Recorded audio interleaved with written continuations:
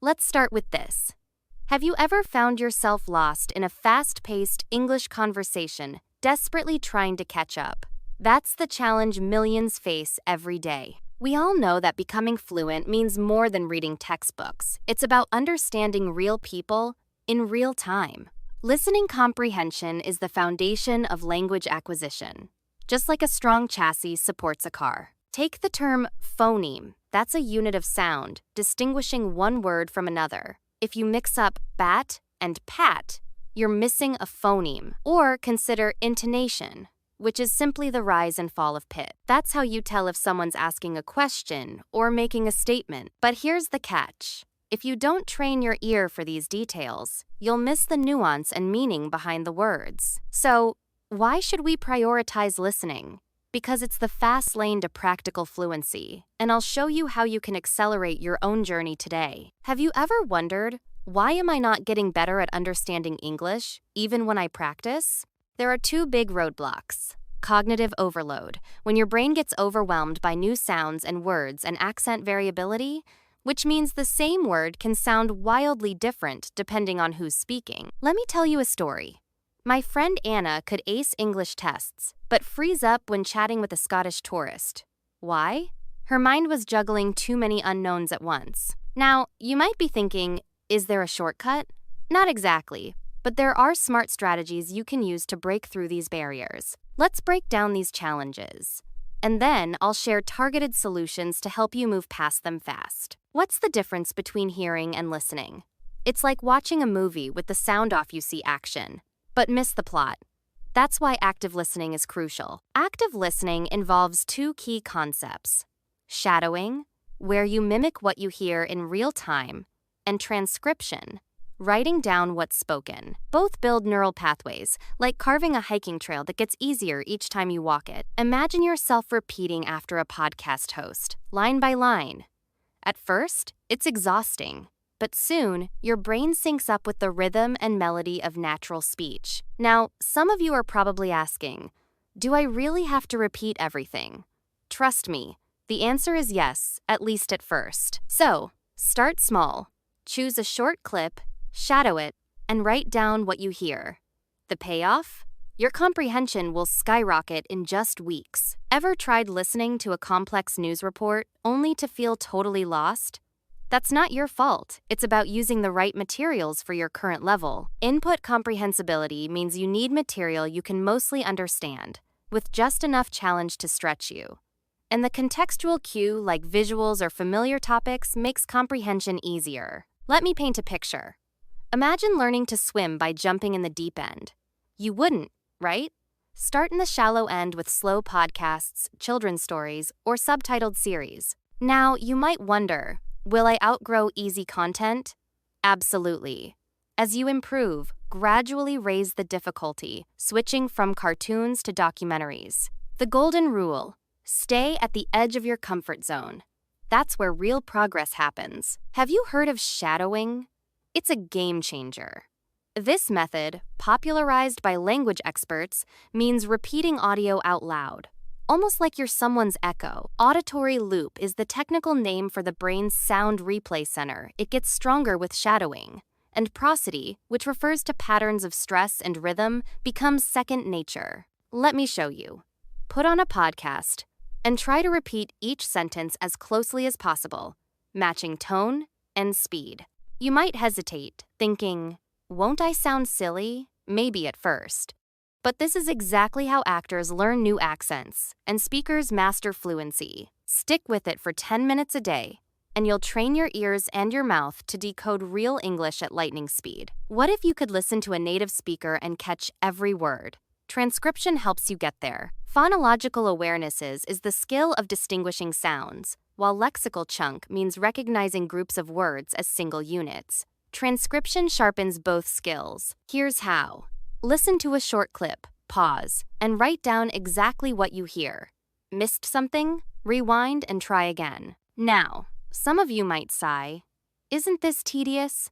Yes, but it's also incredibly effective. You'll start noticing how words connect and where sounds disappear. Over time, Even rapid-fire speech will become clearer because your ear is trained to pick out every nuance. Should you use subtitles or transcripts? The answer isn't black and white. It's about using them as training wheels, not a permanent crutch. Input flooding, exposing yourself to lots of authentic language, and dual coding, combining audio with written text, are both proven to boost learning. Let me tell you a story. My student Juan watched sitcoms with subtitles for weeks. Soon, he ditched them for harder shows and never looked back. Now, you might ask, when should I turn off subtitles? Aim for when you understand 80% of the audio on your own. Use transcripts to check your accuracy after listening, not during. This way, you'll build independence much faster. Have you ever noticed how native speakers combine words, making it sound like one long blur? That's where chunking comes in. Connected speech, when words run together, and formulaic expressions, set phrases like, "How's it going?" are everywhere in English conversations. Here's the trick. Instead of translating word by word, train your ear to recognize whole chunks. Imagine listening to music you don't hear every single note, but you feel the rhythm. Now, you might be wondering, how do I practice recognizing chunks? Start by repeating common phrases until they roll off your tongue. Mastering these patterns will make fast speech much less intimidating and help you respond naturally in conversation. Ever been stumped by an Australian or Irish accent? Don't worry, it's not just you. Phonetic variation, the way sounds change between accents and idiolect. A person's unique way of speaking can make even familiar words sound foreign. Let me share.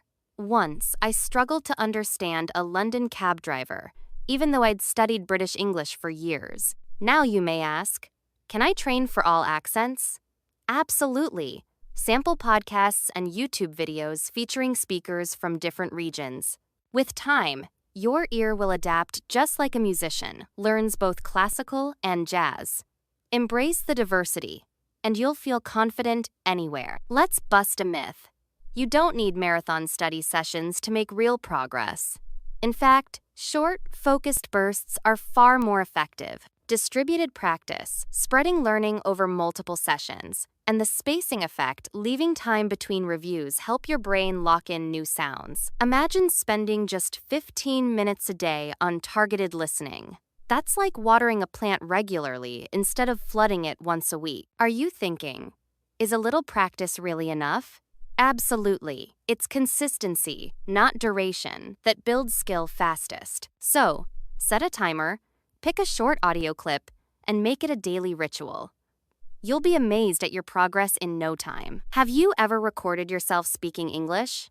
It might feel odd, but it's one of the most effective ways to spot your weak points. Let's talk about self-monitoring, checking your own output, and error correction, the process of fixing mistakes as you notice them. Here's how.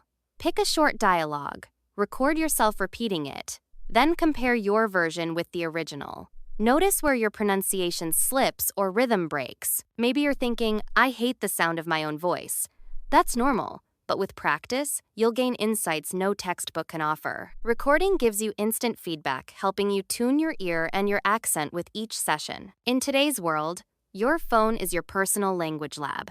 But are you making the most of it? Spaced repetition software apps that schedule reviews for optimal memory and podcatchers, apps for managing audio subscriptions, can supercharge your routine. Let me give you a tip.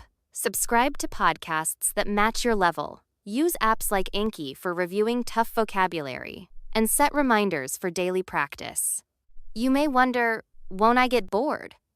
Not if you mix content news, comedy, interviews, keeping your brain engaged. Harness technology, and you'll transform every spare moment into a chance to improve your listening skills, no matter where you are. How do you know if you're really getting better?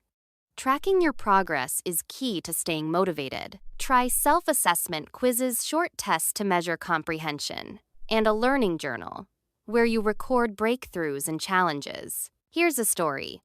One listener I coached started with 30% comprehension on TED Talks. After 2 months of daily practice, she hit 70% and felt unstoppable. Are you thinking, what if I hit a plateau? That's natural. Switch up your materials or try a new technique to keep things fresh. Remember, language learning is a marathon, not a sprint. Celebrate small wins, reflect on your journey, and you'll keep moving forward faster than you ever imagined.